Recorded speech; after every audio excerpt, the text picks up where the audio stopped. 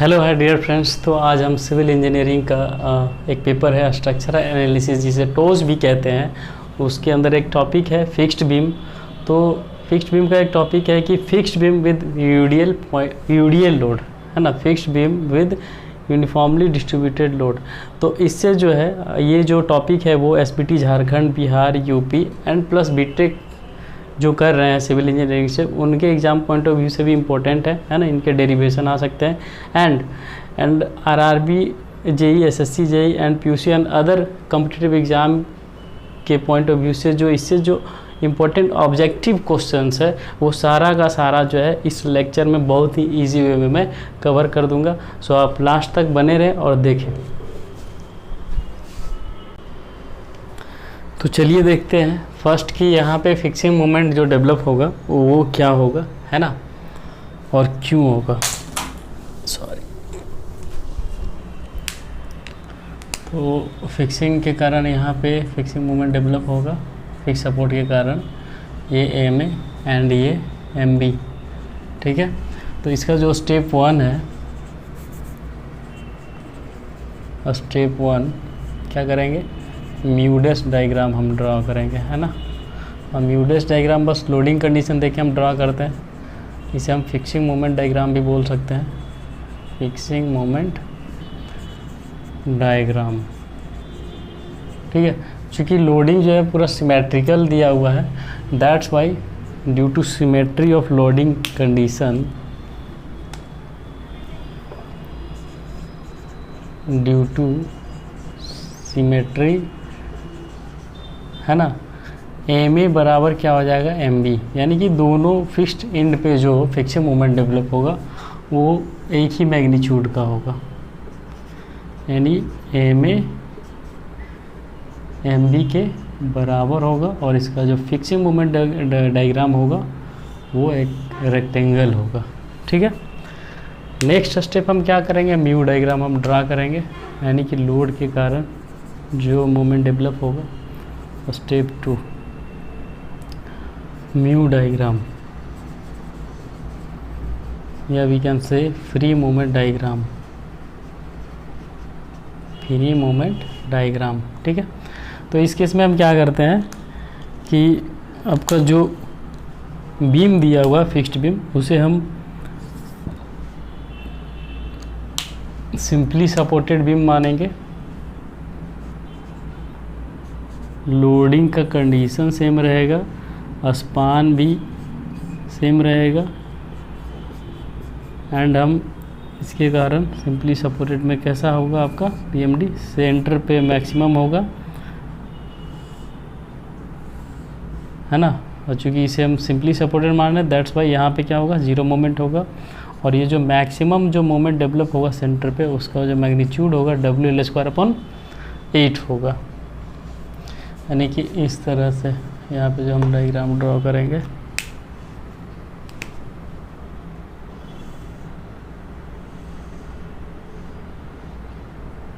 ठीक है, कुछ ऐसा होगा।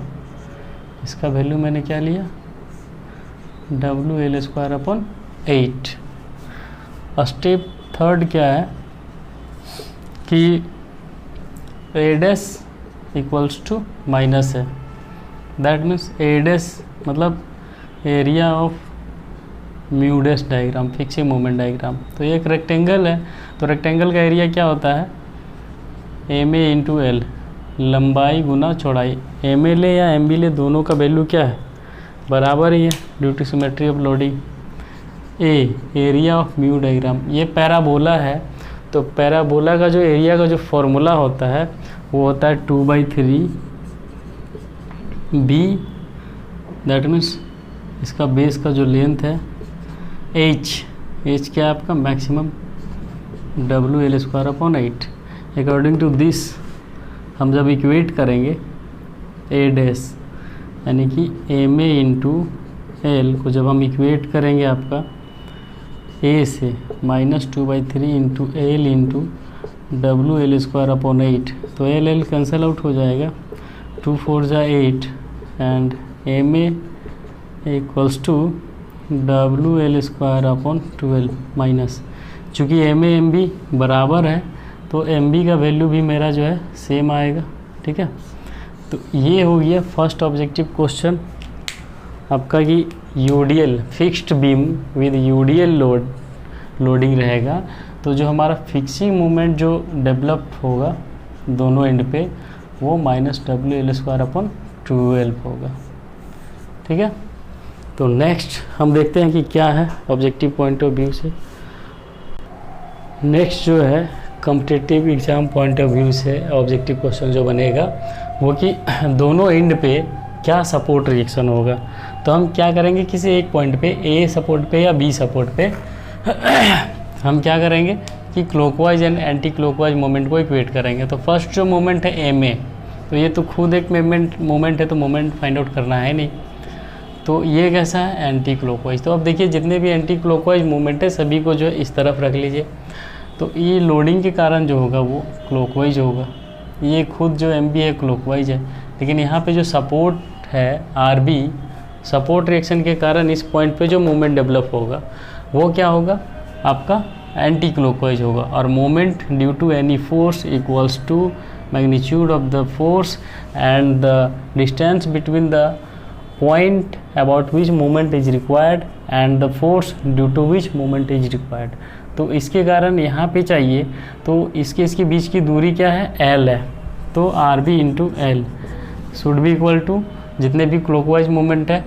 तो ये यूडीएल है, तो यूडीएल का टोटल लोड जो हो जाएगा, जो इंटेंसिटी है उसको जितने तक लेड किया गया है दिया गया है यूडीएल, वो हो जाएगा आपका टोटल लोड। तो टोटल लोड हो जाएगा इंटेंसिटी इंटू जितने दूर में बिछाया गया इस लोड को, W गुना L।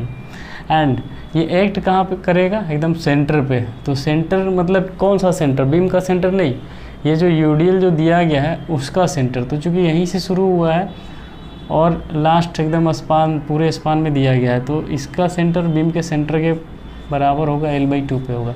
तो ये लोड हो गया और ये डिस्टेंस हो गया, तो टोटल जो मोमेंट होगा उसके कारण वो load into distance between this and this equals to L/2 plus ये क्लॉकवाइज और एम बी चूँकि खुद एक मोमेंट है तो उसको एज इट इज रख देना है।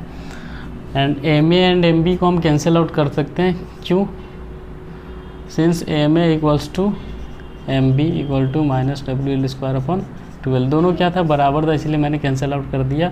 और इसे सोल्व करने पे हमें जो आर बी मिलेगा वो WL/2 मिलेगा, क्योंकि total support reaction should be equal to total downward force W into L.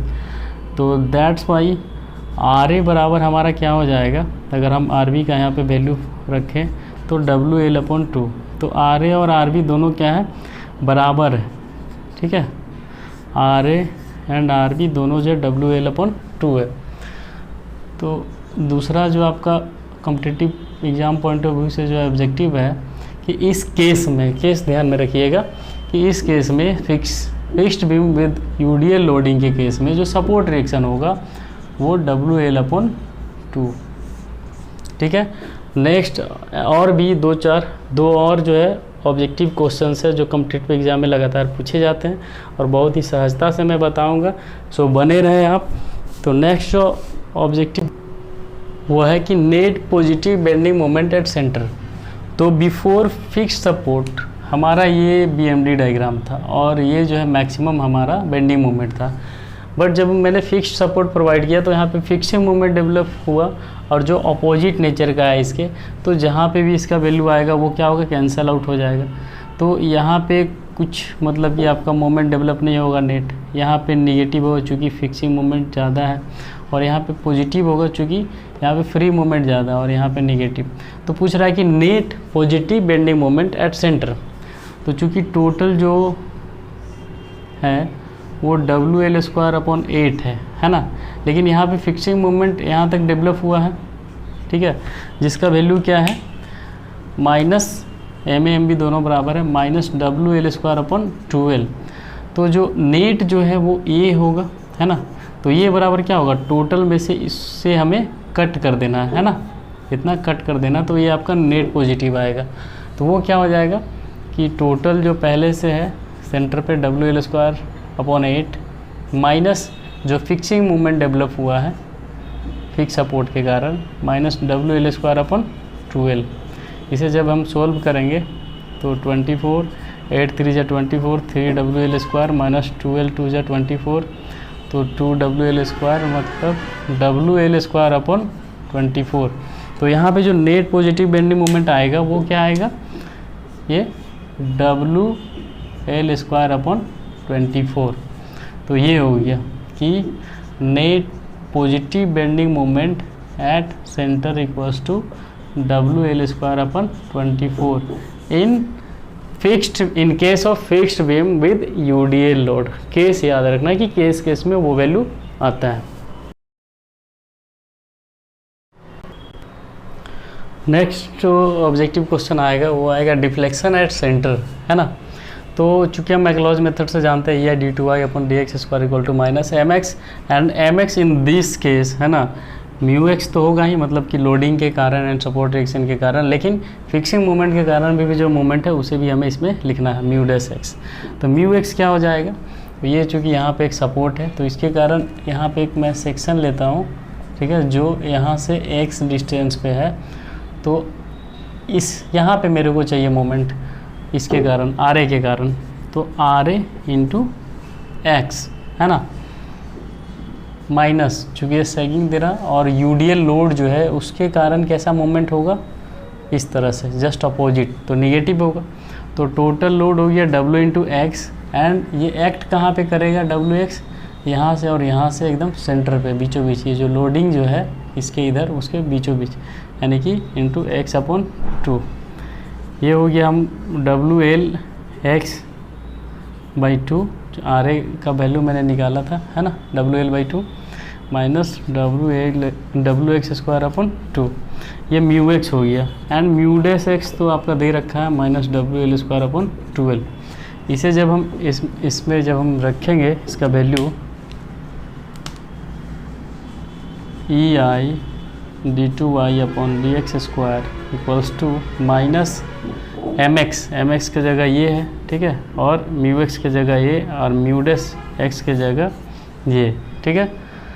तो μx माइनस μ'(x), तो μx क्या है WLx/2 माइनस WX²/2, ये हो गया आपका μx, एंड μ'(x) जो है वो है हमारा माइनस WL²/12, ठीक है।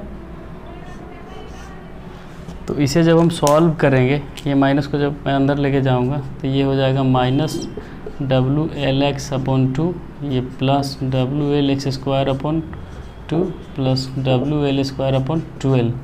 आफ्टर सॉल्विंग दिस इक्वेशन, चूँकि ये डिफ्लेक्शन ऑफ बीम में बहुत ही डिटेल में हम पढ़ेंगे, है ना, स्लोप एंड डिफ्लेक्शन में, तो इसको सॉल्व हम कर सकते हैं वो चैप्टर पढ़ने के बाद। अगर आप पढ़े होंगे तो इसको आप सॉल्व कर लेंगे। तो after solving this equation we get the value of deflection at centre, जो मैक्सिमम होता है ना, डिफ्लेक्शन एट सेंटर वही जो है मैक्सिमम होता है, वो आएगा आपका WL4/384 EI। तो नेक्स्ट जो ऑब्जेक्टिव क्वेश्चन है वो क्या है कि y मैक्स, या फिर आप कह सकते हैं कि y एट सेंटर, ठीक है, वो क्या होगा WL4/384 EI, ठीक है। Next and last objective question जो इस कंडीशन से बनता है वो है पॉइंट ऑफ कॉन्ट्राफ्लेक्सर। तो पॉइंट ऑफ कॉन्ट्राफ्लेक्सर जैसा कि हम SFD BMD पढ़ने के बाद जानते हैं कि जहाँ पे बेंडिंग मोमेंट का वैल्यू क्या होता है, 0 होता है, where bending moment changes its sign, यानी कि एक हम इक्वेशन जो मैंने लिखा था बेंडिंग मोमेंट का इस सेक्शन पे, तो एक हो जाएगा RA × x minus WX²/2 minus ये जो फिक्सिंग मोमेंट है WL²/12 should be equal to 0। तो RA का वैल्यू हम रखेंगे तो WL/2 × x minus WX²/2 minus WL²/12 should be equal to 0. After solving this equation, we get the value of x equal to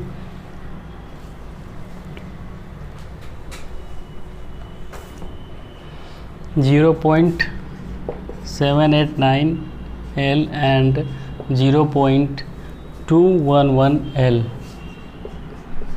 तो ये जो है जितने भी इससे ऑब्जेक्टिव क्वेश्चंस बनते थे fixed beam with UDL point, सारे के सारे मैंने बहुत ही इजी वे में और अच्छे से कवर किया है। तो आशा करता हूँ कि आप सभी को समझ में आया हो, है ना। और अगर समझ में आया हो और मेरा प्रयास अच्छा लगा हो तो मेरे चैनल को सब्सक्राइब करें और इस लेक्चर को लाइक करें। So thank you so much.